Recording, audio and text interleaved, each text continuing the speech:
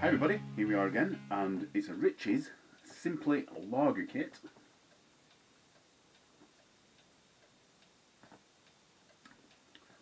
It's quite nice, and we're here to talk about it.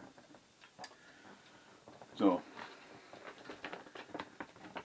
the Richies kits, the simply ones anyway, at least, come in a pouch. It makes 40 pints. It's a 1.8 kilo pouch of malt, pre-hot malt. So, one thing that has been irritating me about these kits is the yeast sachet comes stuck to the bottom, and you think, not too much of a problem.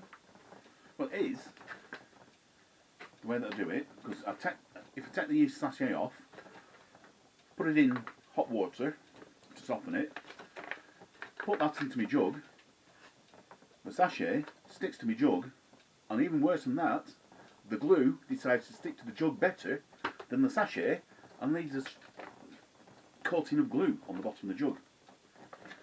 And it's then incredibly difficult to get that little bit of glue off the jug. So it's been a bit irksome, but I realised I've come up with a method. They come wrapped in a bag. The bag's bigger than that, I've cut it down. But if you soak the sachet,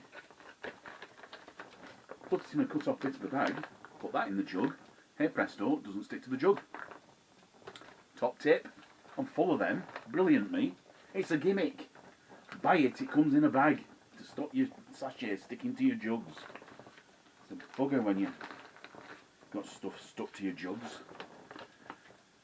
Right, anyway, let's have a look at the beer. Lager. It's a lager, not a beer. I don't have any temperature control, so it's not been lagered as such, but the lager processing is,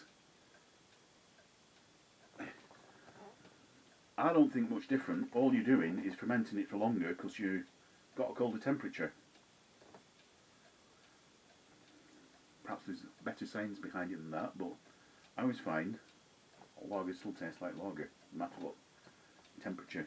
I mean, if you brewed it warm, mine normally brews around about 18, 19 degrees. Unless it's really hot summer, then it might be up to 22. You do notice, if it gets above 20, you do notice you can get some, not necessarily nasty flavours, but different flavours. Stop waffling. Right, so it's a nice, light, golden colour, would you say? Lager colour. So, do the usual. It's not quite crystal clear. There is a little bit of sediment in it, but it's only about the third pint off the barrel. So, the first one is generally not clear, shall we say.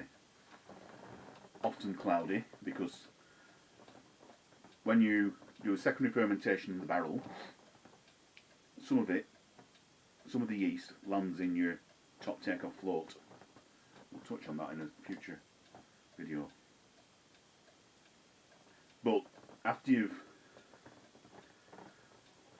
the first pint, it's then clear, but not crystal. Certainly not polished. By the time you've had 4 or 5, it's probably polished. If you're using finings. Right. Should we do some facts and figures? Why the heck not? We'll leave you for the tasting for a little while. So, the starting gravity was SG1046 at 17 degrees centigrade. The final gravity was 1014 at 18 degrees centigrade. So as you see, it's fermenting at less than 20. It's not fermenting at lager temperatures. Lagers, they tend to ferment them out at about 13 or 14, don't they? I've not got the lagering equipment, and I don't live in a cold enough place. Cold enough, but not cold enough.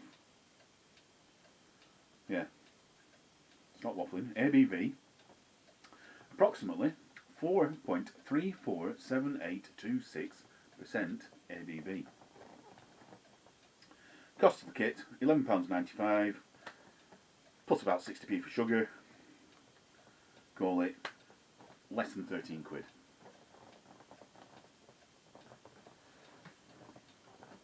Whatever. Right, so as you can see, it doesn't hold a head. It tends to hold a ring, that's about all.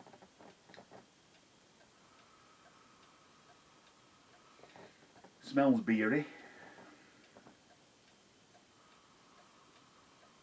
Not getting anything amazing on the nose.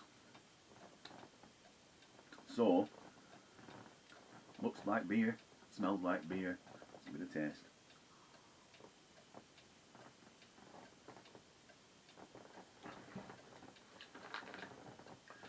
There's a slight fruitiness, and there is like a malty, crystally malty sort of sweetness, flavour to it.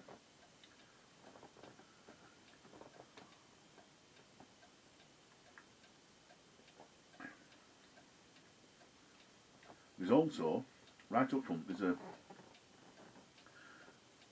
in that sweet, slightly sweet flavour, there's a fruit, a gentle fruit flavour, and I can't put my finger on it. It's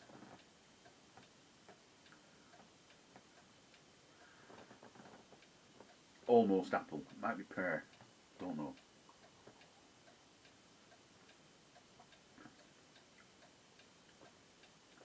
It's very subtle. You got a fruity bodiness to it, fruity, sweetish bodiness to it, with that little hint, it is only a hint, of a fruity flavour. Really quite nice. It's quite, I think, was it 4.6%? We call it 4.3%. It's easier than all those figures. 4.3%, so it's one you can swig quite happily all night long without getting completely off your face, shall we say.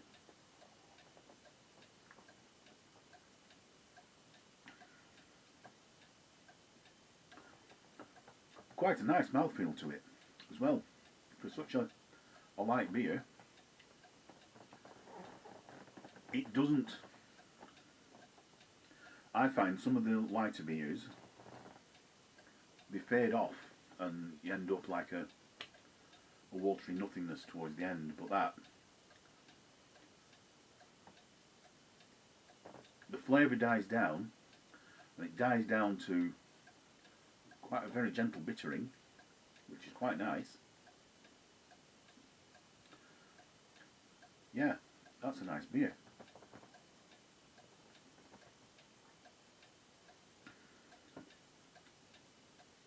I could quite happily sit and drink that.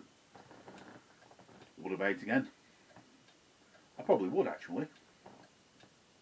Certainly now I've sorted the sachet sticking to my jug problem. That was very irksome. Very, very irksome. But, simple, you just... I might keep a bit of bag just in case they start sending them not in a bag. How about that for forward planning, eh? God, I'm full of great ideas. Come back for more. Hey, fantastic. Overall, very nice beer. Just looking at the time, I think we've had a cuckoo. I don't notice it these days. I'm used to it. Yes, so would I buy it again? Yes, I would. Nice beer. Cheap as chips. It's better. Certainly better than one of the fizzy cans that you can get of beer from the shops. And probably cheaper. Maybe not by much when you buy the really cheap bottom end bargain basement buy loads and for not so much beer from the supermarket, you know, the sort of beer I'm talking about. You've got to buy 24 cans or something like that. So yeah, it's nice that. I like that. Like, comment and subscribe. See you next time. Cheers. Bye.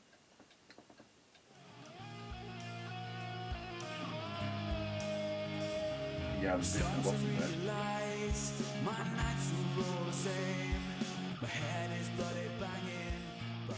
Just thought I'd show you this to prove I'm not shitting you. That is the next pint off the barrel, and that is pretty much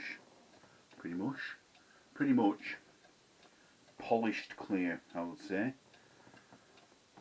I had 1 pint off the barrel last night. I had 1 pint prior to shooting the video. So the third pint was the one that I had on the video. That is the fourth pint off the barrel. So there you go. Polished after 3 pints. The fourth pint's polished. Yeah. You know what I mean? Right. See you next time. Cheers. Bye. Should I sit back and just take it, or should I call the shots? Don't listen to them, 'cause you will forget. Because it's not that strong. That is not going in. That